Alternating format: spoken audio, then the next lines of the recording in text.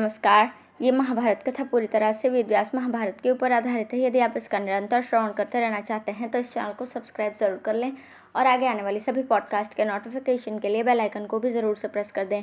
अब हम सुनेंगे घटोत्कच का पराक्रम और कर्ण की अमोघ शक्ति से उसका वध। संजय कहते हैं, महाराज, राक्षस शलायुध का वध करके घटोत्कच मन ही मन बहुत प्रसन्न हुआ और आपकी सेना के सामने खड़ा होकर सिंहनाद करने लगा। उसकी गर्जना सुनकर आपके योद्धाओं को बड़ा भय हुआ। इधर कर्ण पर उसके शत्रु बाण बरसाते थे और वो धैर्यपूर्वक उनके अस्त्र शस्त्रों का नाश करता जाता था और उनके वज्र के समान बाणों से शत्रुओं का संहार आरंभ किया। उसके सहायकों से कितने ही वीरों के अंग छिन्न भिन्न हो गए, किन्हीं के सारथी मारे गए और किन्हीं के घोड़े नष्ट हो गए। कर्ण के सामने किसी तरह अपना बचाव न देखकर वे योद्धा युधिष्ठिर की सेना में भागे। अपने योद्धाओं को कर्ण के द्वारा पराजित होकर भागते देख घटोत्कच को बड़ा क्रोध हुआ और वो उत्तम रथ में बैठकर सिंह के समान दहाड़ता हुआ कर्ण का सामना करने के लिए आ पहुंचा। आते ही उसने वज्र सरीखे बाणों से कर्ण को बीन दिया। फिर दोनों ही एक दूसरे पर कर्णी, नाराज, शिलिमुख, नालिक, दंड, अश्नि, वत्सदंत, वराकर्ण, विपाट, श्रृंग तथा क्षुरप्र की वर्षा करने लगे। उनकी अस्त्र वर्षा से आकाश छा गया। महाराज, जब कर्ण युद्ध में किसी तरह घटोत्कच से बढ़ न सका तो उसने अपना भयंकर अस्त्र प्रकट किया और उसके रथ, घोड़े और सारथी का नाश कर दिया। हिडिंबा कुमार रथहीन होते ही अंतर्ध्यान हो गया। उसे अदृश्य होते देखकर कौरव योद्धा चिल्ला चिल्ला कर कहने लगे, माया से युद्ध करने वाला ये राक्षस जब युद्ध में स्वयं नहीं दिखाई देता तो कर्ण को कैसे नहीं मार डालेगा। इतने में ही कर्ण ने सहायकों के जाल से संपूर्ण दिशाओं को आच्छादित कर दिया। उस समय बाणों से आकाश में अंधेरा सा छा गया तो भी कोई प्राणी ऊपर से मरकर गिरा नहीं। इसके बाद हम लोगों ने अंतरिक्ष में उस राक्षस की भयंकर माया देखी। पहले वो लाल रंग के बादलों के रूप में प्रकाशित हुई, फिर जलती हुई आग की लपट के समान भयंकर दिखाई देने लगी। तत्पश्चात उससे बिजली प्रकट हुई, उल्कापात होने लगा और हजारों दुंदुभियों के बजने के समान भयंकर आवाज होने लगा। इसके बाद बाण, शक्ति, रिष्टि, प्रास, मूषल, फरसा, तलवार, पट्टिस, तोमर, परिघ, गदा, शूल और शतघ्नियों की वृष्टि होने लगी। हजारों की संख्या में पत्थरों की बड़ी बड़ी चट्टानें गिरने लगी। वज्रपात होने लगा। आग के समान प्रज्वलित चक्र गिरने लगे। कर्ण ने बाणों से उस अस्त्र वर्षा को रोकने का बड़ा प्रयत्न किया पर उसे सफलता नहीं मिली। बाणों से आहत होकर घोड़े गिरने लगे। वज्रों की मार से हाथी धराशायी होने लगे और अन्य बहुत से अस्त्रों के प्रहार से बड़े बड़े महारथियों का संहार होने लगा। गिरते समय इनका महान आर्तनाद चारों ओर फैल रहा था। घटोत्कच के छोड़े हुए नाना प्रकार के भयंकर अस्त्र शस्त्रों से आहत होकर दुर्योधन के सैनिक बड़ी घबराहट के साथ इधर उधर भाग रहे थे। सब और हाहाकार मचा था। सभी लोग विषाद मग्न और भयभीत हो गए थे। उस समय आपके पुत्र की सेना पर भयंकर मोह छा रहा था।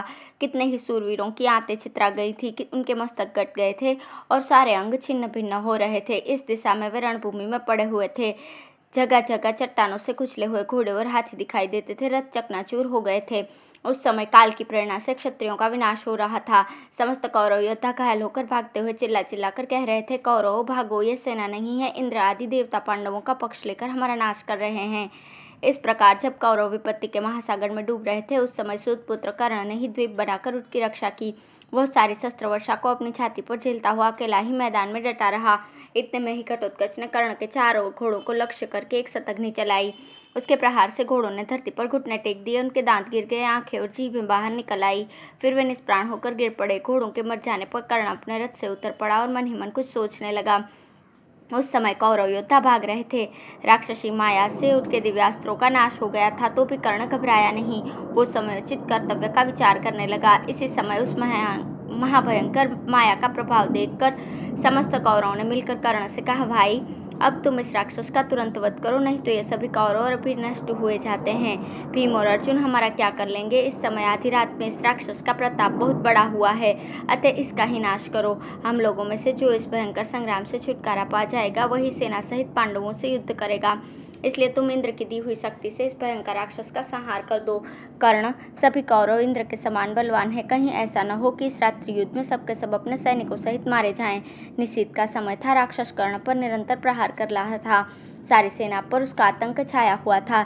इधर कौरव वेदना से कराह रहे थे। यह सब देख सुनकर कर्ण ने राक्षस के ऊपर शक्ति छोड़ने का विचार किया। अब उससे संग्राम में शत्रु का आघात नहीं सहा गया। उसके वध की इच्छा से कर्ण ने वो वैजयंती नाम वाली असह्य शक्ति हाथ में ली।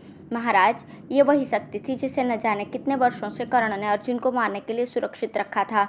वो सदा उसकी पूजा किया करता था। मृत्यु की सगी बहन अथवा लपलपाती हुई काल की जिह्वा के समान वो शक्ति कर्ण ने घटोत्कच के ऊपर चला दी। उसे देखते ही राक्षस भयभीत हो गया और विंध्याचल के समान विशाल शरीर धारण करके वहां से भागा। रात्रि में प्रज्वलित होती हुई उस शक्ति ने राक्षस की सारी माया भस्म करके उसकी छाती में गहरी चोट की और उसे विदीर्ण करके ऊपर नक्षत्र मंडल में समा गई। घटोत्कच भैरवनाद करता हुआ अपने प्यारे प्राणों से हाथ धो बैठा। उस समय शक्ति के प्रहार से उसके मर्मस्थल विदीर्ण हो गए थे, तो भी शत्रुओं का नाश करने के लिए उसने आश्चर्यजनक रूप धारण किया, अपना शरीर पर्वत के समान बना लिया। इसके बाद वो नीचे गिरा। यद्यपि मर गया था, तो भी उसने अपने पर्वताकार शरीर से कौरव सेना के एक भाग का संहार कर दिया। उसकी देह के नीचे एक अक्षौहिणी सेना दबकर मर गई। इस प्रकार मरते मरते भी उसने पांडवों का हित साधन किया। माया नष्ट हुई और राक्षस मारा गया, यह देखकर कौरव योद्धा हर्षनाद करने लगे। साथ ही शंख, भेरी, ढोल और नगारे भी बज उठे। कर्ण की प्रशंसा होने लगी और दुर्योधन के रथ में बैठकर उसने अपनी सेना में प्रवेश किया। धन्यवाद।